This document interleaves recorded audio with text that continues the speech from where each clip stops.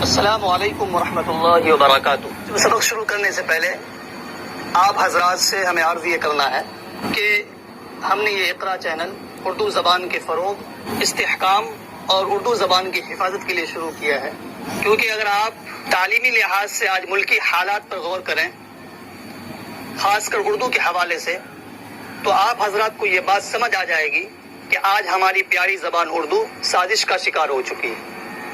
آج اس زبان کو پورے طور پر مٹانے اور ختم کرنے کی بھرپور سازش کی جا رہی ہے، کیونکہ اردو زبان کو ختم کرنا ایشیا سے دین کو ختم کرنے کے مترادف ہے۔ وجہ اس کی یہ ہے کہ ہمارے جتنے بزرگان دین ہیں ان کی کروڑوں کتابیں اردو زبان میں ہیں، جس سے عوام الناس فائدہ اٹھا رہے ہیں۔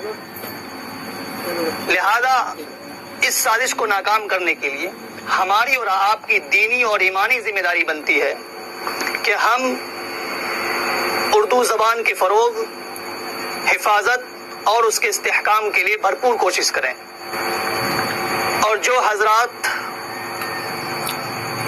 ہمارے اس اقرا چینل کو دیکھ رہے ہیں ان سے ہماری گزارش یہ ہے کہ آپ بھی اپنے بچوں کو دینی تعلیم دیں، اردو زبان کی تعلیم دیں، اردو کے فروغ کے لیے کوشش کریں، اور جو لوگ بھی جہاں بھی جس طرح بھی اردو زبان کی خدمت کر رہے ہیں وہ تمام کے تمام قابل مبارکباد ہیں۔ لہذا آپ حضرات سے گزارش یہ ہے کہ آپ ایسے لوگوں کو اپنا پیار دیں اور ان کا سپورٹ کریں تاکہ وہ بہتر سے بہتر انداز میں اردو زبان کی خدمت کر سکے۔ دوستو، آج میں آپ لوگوں کے لیے سبق نمبر 3 لے کر آیا ہوں، حمد خدائے عز و جل۔ تو چلیے اس سبق کو بھی شروع کرتے ہیں۔ بسم اللہ الرحمن الرحیم۔ حمد خدائے عز و جل، یہاں واو مٹ گیا ہے، یہاں پہ عز و جل ہے، واو بھی ہے۔ خالق دو جہاں ہے تو عزت ذوالجلال ہے۔ خالق دو جہاں ہے تو یعنی دونوں جہاں کا پیدا کرنے والا ہے تو، عزت ذوالجلال ہے مطلب تو مرتبہ والا پروردگار، مرتبہ والا رب ہے، یکتا ہے تیری ذات پاک، عالی و بے مثال ہے، یعنی تیری ذات وحدہ لا شریک لہ ہے، یعنی تو تنہا ہے، عالی و بے مثال ہے۔ عالی بلند ہے، بلند مرتبہ والا ہے، تیری کوئی مثال نہیں۔ تیرے ہی باب فیض سے ملتا ہے دو جہاں کو رزق، یعنی اے رب آپ کے ہی فیض سے، آپ کے ہی نظر کرم سے دونوں جہاں کو رزق ملتا ہے۔ سب کی حیات و موت کا مولا تجھے خیال ہے، یعنی موت و حیات کس کے ہاتھ میں ہے؟ اللہ کے ہاتھ میں ہے۔ اللہ ہی جانتا ہے کس کو کب جانا ہے دنیا سے اور کس کو کب آنا ہے دنیا میں۔ قدرت خاص کا تیری عکس ہے بزم کائنات، یعنی اے اللہ تیری خاص قدرت کا جو ہے یہ دنیا پرتو اور عکس ہے۔ کونوں مقام جلوہ گر تیرا ہی ایک جمال ہے، پوری دنیا میں اللہ کے حسن کا ہی جلوہ ہے۔ دنیا میں جتنی بھی چیزیں ہیں سب کا خالق کون ہے؟ اللہ ہے، اور کتنی خوبصورت خوبصورت چیزیں ہیں جس کا ہم اور آپ اندازہ نہیں لگا سکتے، جس کی تخلیق پر اگر ہم سوچیں تو ہماری عقل گم ہو جائے، ہماری عقل کام کرنا چھوڑ دے۔ ایسی ایسی نعمتیں دنیا میں اللہ نے پیدا کی ہے۔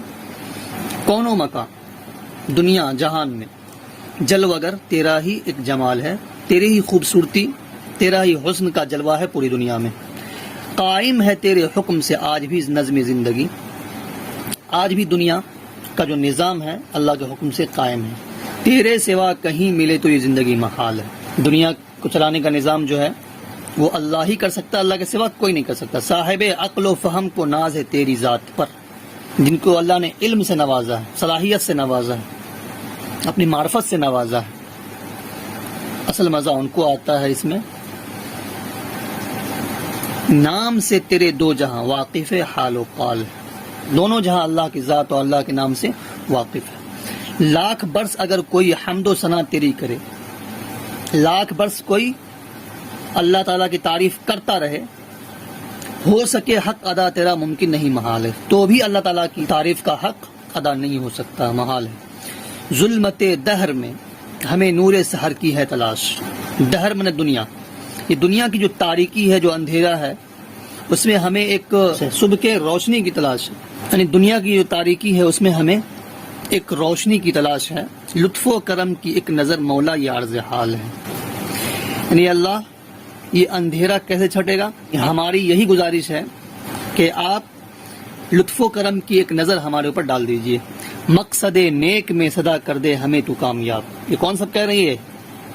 یہ شبنم کمالی کہہ رہے ہیں، مقصد نیک میں صدا کر دے ہمیں تو کامیاب، یعنی جو ہمارا نیک مقصد ہو اس میں ہمیشہ تو ہمیں کامیاب رکھ، تیرے حضور خاص میں اپنا یہی سوال ہے، یعنی آپ کے دربار میں بس ہمارا اتنا ہی سوال ہے، شبنم بے نوا کو بھی دے دے عروج بندگی، یعنی خاموش شبنم، بے نوا مانا خاموش، بے نوا مانا خاموش، یعنی اپنے آپ کو اتنے عاجز کہہ رہے ہیں کہ اتنا شاعر ہونے کے باوجود بھی یہ کہہ رہے ہیں کہ ہم کو کچھ کہنا نہیں آتا، بولنا نہیں آتا، ہم آپ کی شان میں کیسے کیا بول سکتے ہیں، ہم آپ کی شان میں کتنا بھی بولیں تو ہم سے ایک طرح سمجھیے گونگا ہی ہیں۔ شبنم بے نوا کو بھی دے دے عروج بندگی، عروج بندگی یعنی عروج میں نہ ہوتا ہے بلندی، بندگی جانتے عبادت کرنا، تو عبادت کرنے میں عروج دے، بلندی دے، یعنی زیادہ سے زیادہ عبادت کر سکیں۔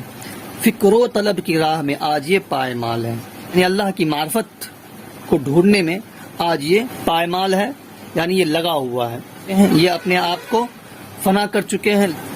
تو یہ تھا آج کا سبق، ہم امید کرتے ہیں کہ آپ حضرات یہ سبق بھی سمجھ گئے ہوں گے۔ تو چلیں اللہ تعالیٰ سے دعا فرمائیں کہ اللہ تعالیٰ ہم سبوں کو بھی عروج بندگی عطا فرمائیں اور اپنی معرفت نصیب فرمائیں۔ السلام علیکم ورحمۃ اللہ وبرکاتہ، ملتے ہیں اگلے سبق میں۔